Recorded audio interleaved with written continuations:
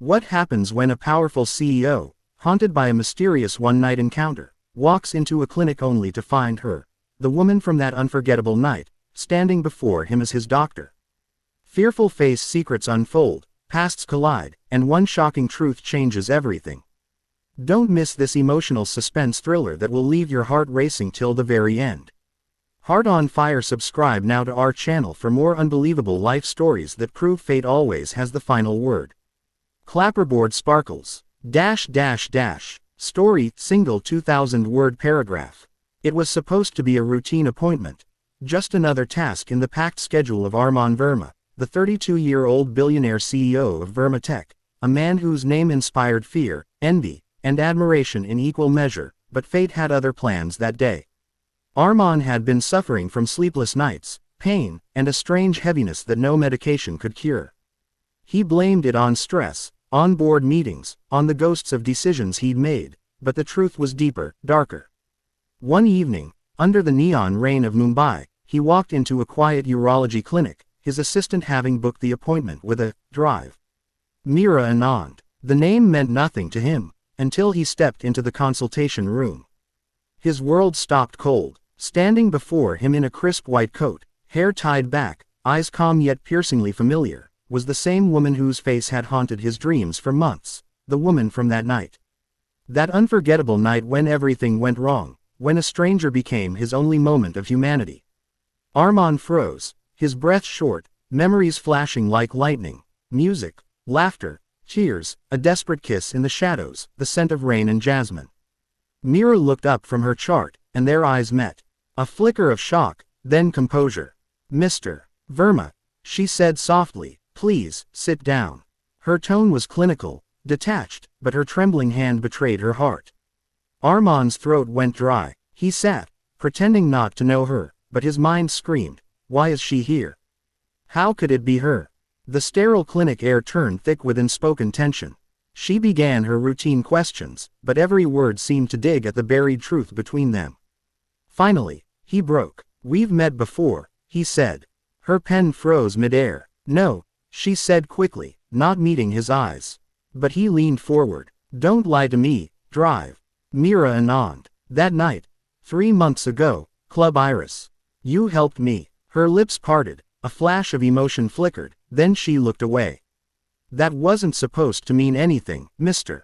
Verma. People do foolish things under pain and alcohol." Pain. The word cut him. He remembered that night, how he'd found himself in the club, drinking away grief after his father's sudden death, how a stranger had stopped him from doing something irreversible.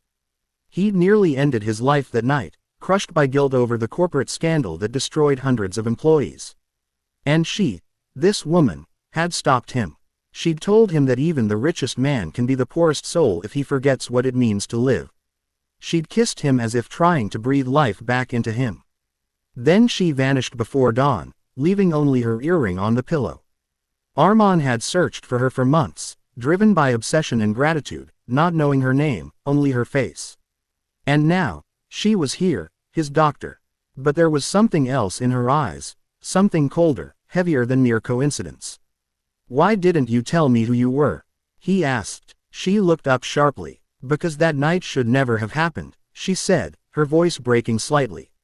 "I was not supposed to be there. I wasn't supposed to meet you." Armand frowned. "What do you mean?" She hesitated, then sighed, locking her office door before sitting across from him. "Mr. Verma, my brother worked for your company." His name was Arav Anand. Armand froze. The name hit him like a bullet.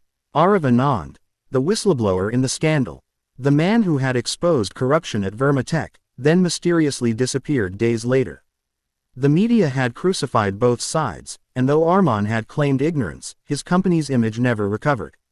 Myra's voice trembled. "Arav was the only family I had.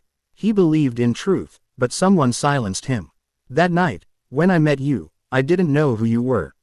When I found out later," her voice cracked, "I wanted to hate you." Silence filled the room, thick with the past.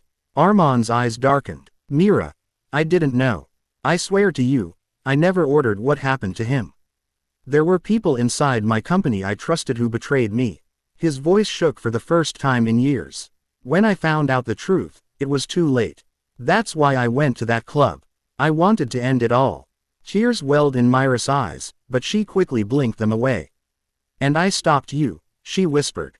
He nodded. Yes, you saved my life. But now I know, you're the sister of the man whose life I couldn't save. The irony hung like poison in the air. She turned away, struggling with emotion. Do you think that changes anything? That we can rewrite the past? Armand stood, his voice quiet but intense. No, but maybe we can uncover the truth together. Over the following days, their paths tangled again. What began as a clinical follow-up turned into late-night conversations about guilt, fate, and loss. Armand started digging into old records, determined to find who really caused Arev's death. Mira tried to keep her distance, but her heart betrayed her resolve. Every time she looked at him, she saw the broken man from that night, not the ruthless CEO the world painted him as. Then one evening, she found an envelope slid under her clinic door. Inside was a flash drive labeled, for Mira. The truth. The footage showed security camera clips from Vermatech's server room, the night Arev died. And there, in the shadows, was Armand's trusted COO, Rajat Mehra, the same man who had later become Armand's right hand. The clip showed Rajat arguing with Arev, shoving him, and then, darkness. It was murder. Myra's hands shook as she watched. She called Armand immediately. He came within minutes, pale as death. They watched together in silence, the horror unfolding. He killed your brother, Armand whispered, his voice hollow. And he used my name to cover it. Myra's knees buckled, and he caught her before she fell. I'll make this right, he said. No matter what it costs. But Rajat was powerful, now sitting on the board, manipulating media and law. The next days became a storm. Anonymous threats, Myra's clinic vandalized, Vermatech's stock plummeting. Someone didn't want the truth to surface. One night, as Armand drove Mira home, their car was followed. Tires screeched, a black SUV tried to ram them off the road. They barely escaped, crashing into an old warehouse. In the flickering light, Mira pressed a trembling hand to his bleeding forehead. Why are you doing this for me? She asked, tears streaming. He smiled weakly. Because saving you feels like saving the only good left in me. She cupped his face, her voice cracking. Armand, don't die on me now. The next morning, headlines exploded. Vermatech CEO accused in whistleblower murder. Rajat had moved first, using forged evidence to frame Armand completely. Police raided his home, and he went into hiding. Mira was questioned, her license threatened, but she refused to betray him. Hidden in a safe house, Armand worked through sleepless nights, hacking into old archives, tracking bank transactions, exposing bribes and forged records. With Myra's help, they compiled everything. Yet, in the quiet moments between chaos, something else bloomed between them, a fragile connection, born from pain but nurtured by trust. One night, under the dim light, he whispered, maybe we were meant to meet that night, not by chance, but by fate. Mira looked at him, tears glistening. Fate has a cruel sense of humor, she murmured. But maybe, it's giving us one last chance to do what's right. When they finally exposed Rajat, it came at a cost. He cornered them in the hospital parking lot, gun in hand. You should have stayed out of it, he hissed. Armand stepped forward, shielding Mira. You already destroyed one life. You won't destroy hers. Rajat fired. The bullet grazed Armand's shoulder, and before he could fire again, security arrived. Mira had secretly hit the alarm. Rajat was arrested, screaming curses, his empire collapsing. Later, in the hospital room, Armand lay pale but alive. Mira sat beside him, holding his hand. You could have died, she whispered. He smiled faintly. Not when I still owe your brother justice. Tears spilled down her face. You already gave him that. Maybe now, you can forgive yourself. He squeezed her hand weakly. Only if you forgive me too. Weeks passed. Rajat's confession made headlines. Vermatech's shares recovered.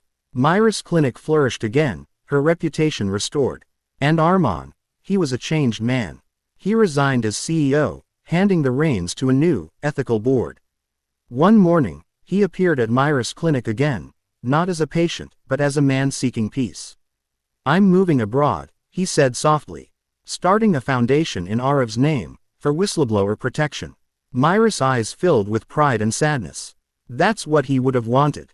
He smiled. It's what you inspired. She reached into her drawer and took out something wrapped in tissue, the earring she'd left behind that night. You kept it, he whispered. She nodded. Because it reminded me of a broken man who still had a good heart.